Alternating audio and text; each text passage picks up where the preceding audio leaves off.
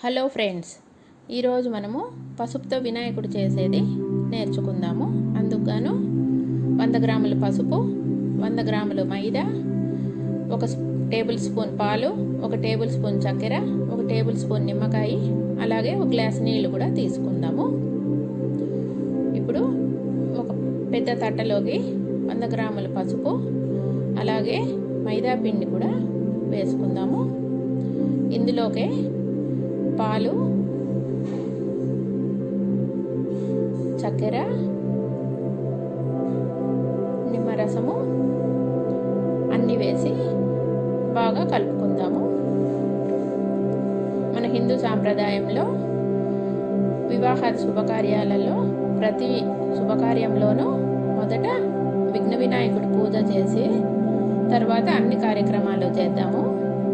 అందుకని ఇలా పసుపుతో వినాయకుడిని చేసేది మనం నేర్చుకొని వినాయకుడిని చేసి వినాయక చవితికి శుభకార్యాలకు ఇలా పసుపుతో వినాయకుడిని చేసుకొని పూజ చేసుకుందాము. ఇలా పసుపులోకి కొద్ది కొద్దిగా నీళ్లు వేసుకుంటూ చపాతీ పిండి మాదిరి కలుపుకోవాలి. ఇలా కొద్ది కొద్దిగా నీళ్లు వేసుకుంటూ కలుపుకున్నప్పుడు పసుపు పిండి ముద్ద ఈ విధంగా వస్తుంది. ఇలా వచ్చిన పసుపు ముద్దను ప్లేట్ మూసిపెట్టి ఒక 10 నిమిషాలు అలాగే ఉంచుదాము.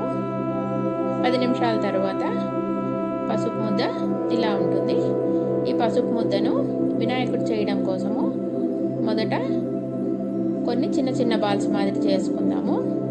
ఇది ఇలా చిన్న బాల్స్ చేసుకుందాము. ఈ మొదటి బాలు బేస్ కోసము, తర్వాతది స్వామి తల కోసము, ఇవి 2 కాళ్లకు, ఇవి 2 చేతులు, ఇది తొండం చేయడానికి, ఈ 3 పసుపు ముద్దలు కిరీటం చేయడానికి. ఈ పెద్ద పసుపు ముద్దతో చెవులు చేస్తాము. ఈక్వల్గా 2 పార్ట్స్ చేసుకొని ఇప్పుడు పసుపు ముద్దతో కొద్దిగా ఇలా బేస్ తయారు చేసుకున్నాము.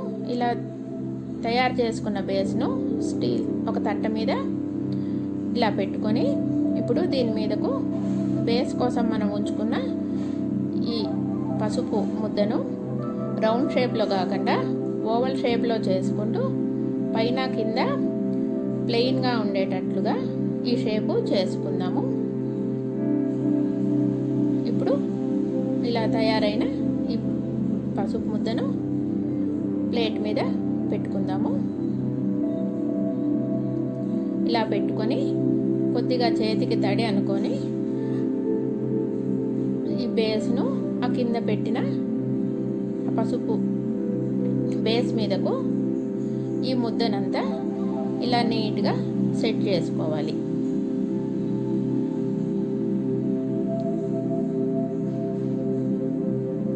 ఇలా సెట్ చేసుకున్న తర్వాత మనము కాలి కోసము పెట్టుకున్న పసుపు ముద్దను తీసుకొని ఇలా షేప్ చేసుకోవాలి. ఇలా షేప్ చేసుకున్న పసుపు ముద్దను ఎల్ షేప్లో లైట్గా ప్రెస్ చేసుకోవాలి. ఇలా ఎల్ షేప్లో ప్రెస్ చేసుకున్న తర్వాత మొదట్లో కొద్దిగా పాదం మాదిరి కొద్దిగా ప్రెస్ చేసుకుంటే పాదం మాదిరి తయారవుతుంది. ఇలా తయారైన ఈ పసుపు ముద్దను కొద్దిగా చేతికి తడి అనుకొని ఆ బేస్కు ఇలా స్టిక్ చేస్తాము.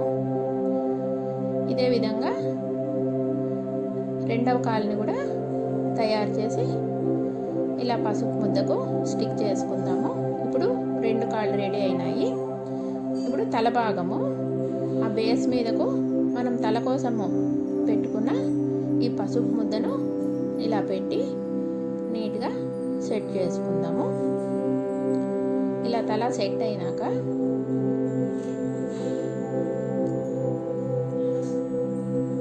చేతులకు సెట్ చేద్దాము.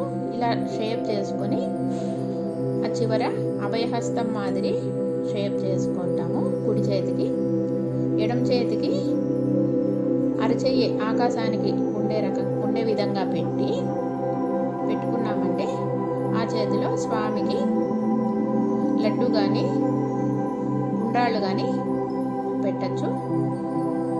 ఇలా స్వామికి 2 చేతులు తయారు చేశాము. ఇప్పుడు అభయహస్తం ఇది. ఇలా చేత్తో తడి తీసుకొని నీట్గా సెట్ చేసుకున్నాక ఈ పసుపు ముద్దతో ఎడమ చేయి కూడా మనం పెట్టేసాము. ఇప్పుడు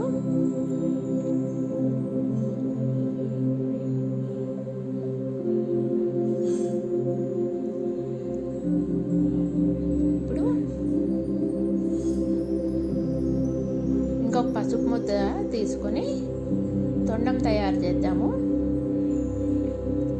ఇలా పసుపులో కలిపేటప్పుడు మనము నిమ్మకాయ చక్కెర వేయడం వల్ల కలరు చేంజ్ కాకుండా ఎన్ని రోజులైనా బాగుంటుంది.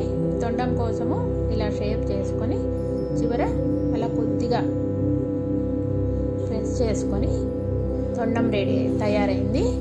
ఇప్పుడు ఈ తొండాన్ని స్వామి ముఖం దగ్గర చేతితో కొద్దిగా తడి అనుకొని నీట్గా సెట్ చేద్దాము.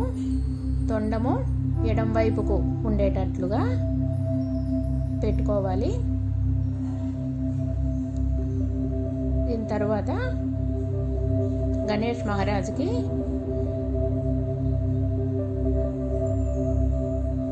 మనము కిరీటం తయారు చేద్దాము. కిరీటం తయారు చేయడానికి గాను పెట్టుకున్న 3 పసుపు ముద్దల్లో ఒక పెద్ద ముద్దను ఇలా ప్రెస్ చేసుకొని సర్కిల్ షేప్లో తీసుకుందాము. అలాగే రెండవ ముద్దను కూడా ఇదే మాదిరి కొంచెం చిన్న సైజుగా సర్కిల్ చేసుకొని దాని మీద పెడతాము. మూడవ ముద్దను ఇంకా కొంచెం చిన్న సర్కిల్గా చేసుకొని గోపురం మాదిరి చేసుకొని దానిపైనకు పెడతాము. అప్పుడు గణేష్ మహారాజుకి కిరీటం తయారవుతుంది. ఇప్పుడు మూడవ ముద్దను షేప్ చేయడం చూడండి.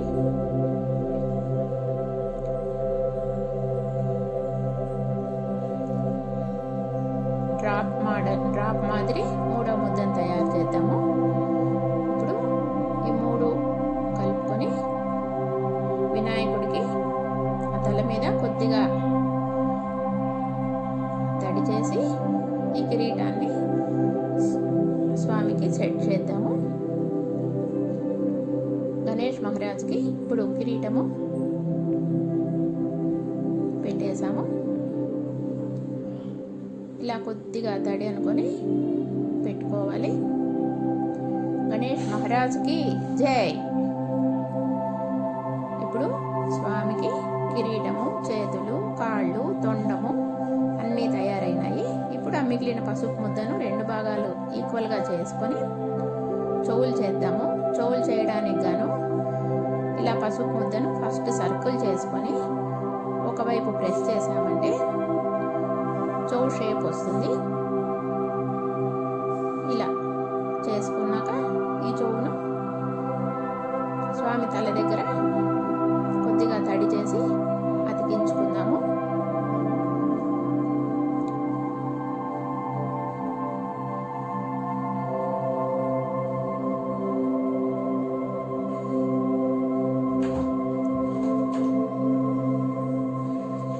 ఇదే విధంగా రెండవ చెవును కూడా పెడతాము. ఇప్పుడు స్వామికి చెవులు పూర్తయింది. ఇప్పుడు మిరియాలు తీసుకొని స్వామికి 2 కళ్ళు పెడతాము. ఇప్పుడు స్వామికి కిరీటము, చెవులు, కళ్ళు, తొండము, చేతులు, కాళ్ళు అన్నీ తయారయ్యాయి. ఇప్పుడు కొద్దిగా పసుపు తీసుకొని స్వామికి తొండం కూడా దంతాలు పెడతాము. అలాగే పసుపుతో ఇలా చిన్నగా ఎలక మాదిరి చేసుకొని దానికి ఆవాలతో కళ్ళు పెడతాము. విఘ్న వినాయకుడు మూషిక వాహనుడు కదా, అందుకని స్వామి వెంబడి ఎప్పుడు ఈ మూషికం ఉంటుంది. ఇలా మూషికాన్ని తయారు చేసినాము.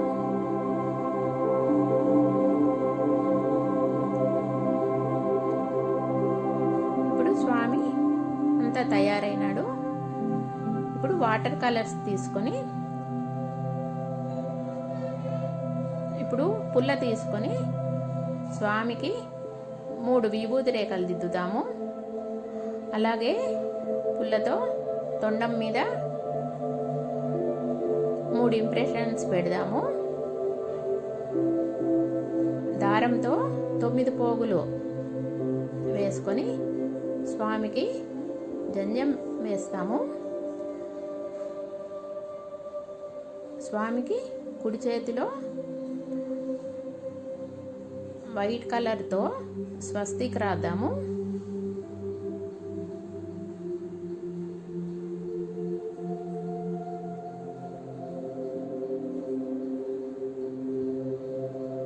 ఇప్పుడు వాటర్ కలర్స్తో 3 విభూతి రేఖలు రాసి అలాగే మధ్యలో రెడ్ కలర్తో కుంకుమ పెడదాము.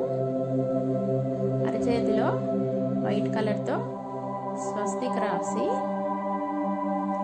అలాగే స్వామి దంతాలకు కూడా వైట్ కలర్ వేస్తాము. స్వామి కిరీటానికి గోల్డ్ కలర్తో పెయింట్ చేసి దానిపైన రెడ్ కలర్తో డాట్స్ మాదిరి స్టోన్స్ మాదిరి పెడతాము.